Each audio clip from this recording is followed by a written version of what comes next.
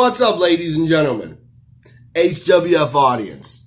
It is I, your host for the evening. Once again, the Icon Soup is my name. And Icon Souping it is my game. You're here, of course, watching me shooting with the soup, number 9, episode, season finale.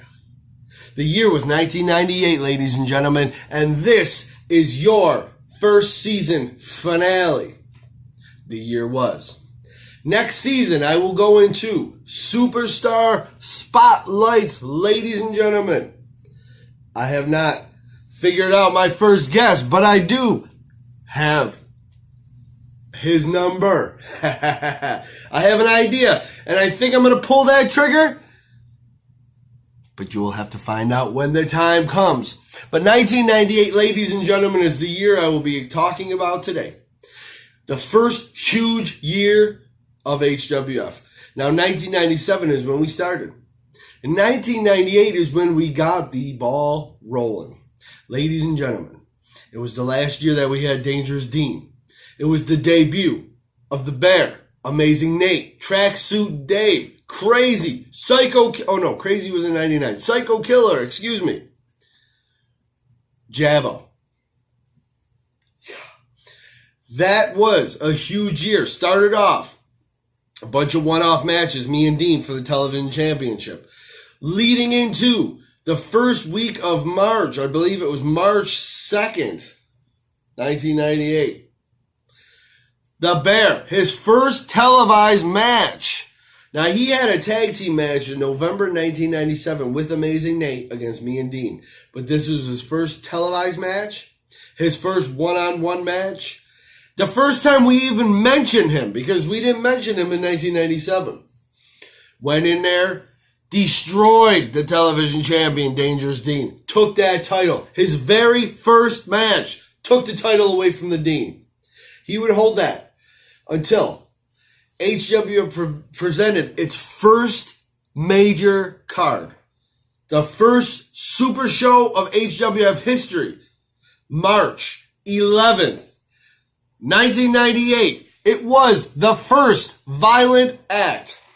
Ladies and gentlemen, saw the return, television debut of Big Sexy as he took on myself, Soup, in a strap match. There was a rematch from Born to be Hardcore with Dean and Balls versus me and Suicide Kid, Tombstone Brian Nowak. We saw Tombstone Brian Nowak winning the television championship multiple times. He won that, and it was Suicide Kid, the Bear, and Dean in a three-way dance. Suicide Kid took home the gold, ladies and gentlemen. It also had me and Balls in a street fight, and we brawled all over the HWF arena. First Violent, go check it out. It was inside the house. That led into Extremely Dangerous. And Extremely Dangerous, Dean won the title. Like, he pinned Balls 1, 2, 3 in the middle of the ring to win the championship for the first and only time. He would go on to hold that title for about 2 weeks. Violence is Good 1998. He went one-on-one with Balls in an extreme death match where I was the referee holding the camera. I had to stop the match because Dean he got his ass beat down in that match. He was bleeding all over the place. That was cool. That was the last time we ever wrestled in his basement, and that was the Angola Forum, I believe, or the Angola Center. That was the Angola Center. It was Dean's old house in the basement. Well, from Violence is Good. We had Beach Party, which was the first of 5 beach parties, and it had Dean and Suicide Kid in a 35-minute fucking television title match that I just ended.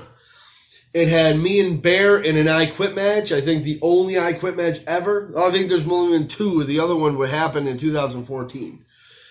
It had Balls and Big Sexy in a world title match, and Big Sexy come out the winner. Took the title home. That was a good event, ladies and gentlemen. It also, the ending, saw Suicide Kid, the bear, jumped on top of him, scratched his fingers, made him cry, took home the television championship for the second time. That was crazy. You know, and that then led up to the big event of the summer, which was restricted area. Now, we were leading slowly into wrestling outside, the backyard of backyard wrestling. Nightmare on Chestnut Street. It was the Bear and the Dean. That was originally supposed to be a restricted area. We had problems coming up with the location and blah, blah, blah. Restricted area happened June 13th, 1998. It was a game changer because ever since then, 21 years ago, we started wrestling outside. We never went back in. We always wrestled outside. We put the backyard and backyard wrestling. That match had the formation of the HWF Tag Team Champions. It was me and Suicide Kid versus Dean and Balls. We would have one of the best tag team matches ever in HWF history. It's actually one of the top 10 greatest matches of all time. That saw the debut of Jabbo. And in between that, I didn't even say it. In between Beach Party 1998 and Restricted Area 1998, which was April to June, in May, we held the first ever Ultra Clash 1, which was a mini tournament to decide who was the heavyweight champion of the world. Because at Beach Party, Big Sexy pinned Balls, but it was very controversial. Balls had his foot on the rope. It was not seen. So they pretty much stripped Balls of the Big Sexy of the championship. And I ended up wrestling Big Sexy in the finals of that tournament, becoming my first ever HWF World Championship reign. At that point, I had already been a 4-time fucking TV champ. First time I won the gold, the big one. So going into restricted area, I was going against Suicide Kid. I took on Suicide Kid. And the Bear was stripped of the television championship for no show. So we put that in a 3-way match with Balls, Dean, and Suicide Kid. And the Dean came out with the television championship at that event.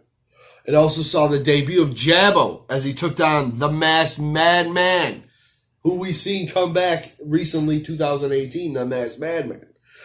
That was great. That was a really good event. Go check it out on YouTube. All the matches are on there. It's good. That led into Hardcore Dreams 1998, held at the HWF Arena. It was the return of Big Sexy. He took on the Bear and crushed him in like 2 minutes. I took on the Dean in my first of 2 wrestler versus boxing matches with that guy. That event overall was decent, but it lacked some of the storylines. Nobody wanted to talk, so the whole show is quiet. We had a storyline going into that event where at Restricted Area, me and Balls turned on our partners and formed a partnership, the Triple Threat, with Jabbo. We took on Dean and a mystery partner. The mystery partner turned out to be Big Bad Sexy. They won the titles for the first ever time in HWF. Dean and Big Sexy. It also had Suicide Kid wrestle a jobber a couple matches. Dean wrestled Balls in the television championship, and that was Balls' first ever HWF television championship match.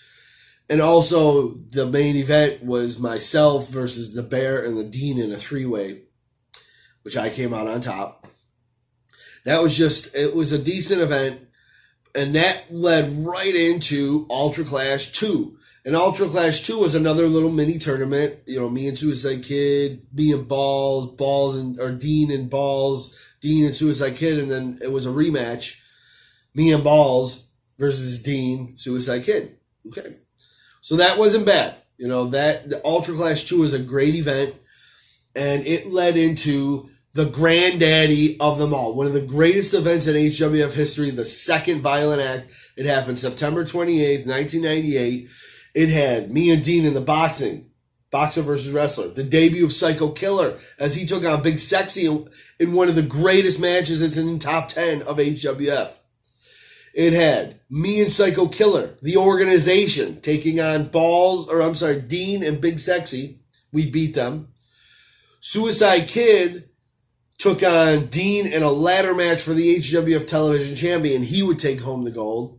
It also had me and Balls in a steel cage match, the first and only steel cage match in HWF history. That was great. It was headed by the main event, the first ever six-man tag in HWF history. It was me, Jabbo, and Balls, triple threat, before we all turned on each other, versus Big Sexy, Noack, Suicide Kid, and the Dean. Electrified light bulb death match. It was good. It was a war game style match, so we came out every 5 minutes. It was good. You know, it was really, really good. After that, we had two more events. We had a house show, and then we had the main show of the year, 1998, which was Something Extreme. The Something Extreme was kind of funny because Something Extreme was supposed to debut Mike Extreme, but Dean was friends with Mike Extreme. For some reason, told him we weren't wrestling, even though we were. And he never showed up. And if you go back and listen to the commentary, I talk about the new wrestler, Mike Extreme, who's coming in, Mike Rizzuto, I think I might have said. But he no-showed because Dean told, and you know, from years and years of talking to Mike Extreme, I found out that, you know, Dean told him not to show up on purpose, because he said we weren't wrestling because he didn't want to bring him into HWF. Because ultimately what ended up happening was the next day or 2 days later, me and Suicide Kid walked back down to the woods where we had our wrestling, and everything was gone. All of our weapons, our ropes, my world title belt, everything was gone. We walked to Dean's house, which is about 3 miles from where we live, 2 miles, 3 miles, to be like, oh, what, you know, our stuff's gone. Somebody stole our stuff. Well, his mom answered the door and said, well, Dean's not here right now, even though he was in there. He stole all of our stuff and was hiding from me. And ever since then, it was just a feud between me and Dean because, I mean, we were good friends, and we had this HWF wrestling thing going. And surprisingly enough, at Something Extreme 1998, his very last HWF match, he won a number one contendership for my world title. Go figure that. And he just left. So years later, you know, whatever, I'm over it. But he took my world title, repainted it, and started his own wrestling federation with Mike Extreme. And you know that's true, Mike Extreme. And Mike Extreme will even tell you, he held that title, but it wasn't HWF title. It was whatever the hell he came up with. And then eventually they would form EHW in late 99, early 2000, I think, and that was what they had. EHW was versus HWF. And I have all that on my HWF YouTube. Go check it out. It's Extreme Hardcore Wrestling. It's Mike Extreme. Shout out to you. His wrestling company, not Dean's. So that was pretty much it. That was 1998. It was a lot of ups and downs, a lot of backstabs, a lot of real-life drama, which didn't need to happen because setting into 1999 was our stepping year. That was one of the best years we had up until the best year we ever had was 2001, 2002. Probably 2002. That was the shit. But I digress. And that was it. That's the end of season 1. The year was shooting with me, the Icon Soup. I will see you in a few weeks, ladies and gentlemen, as I debut season 2, Shooting with the Soup Superstar Series. I'll thank you for watching, everybody. You have a great evening. I was the Icon Soup. I'll see you on the flip side.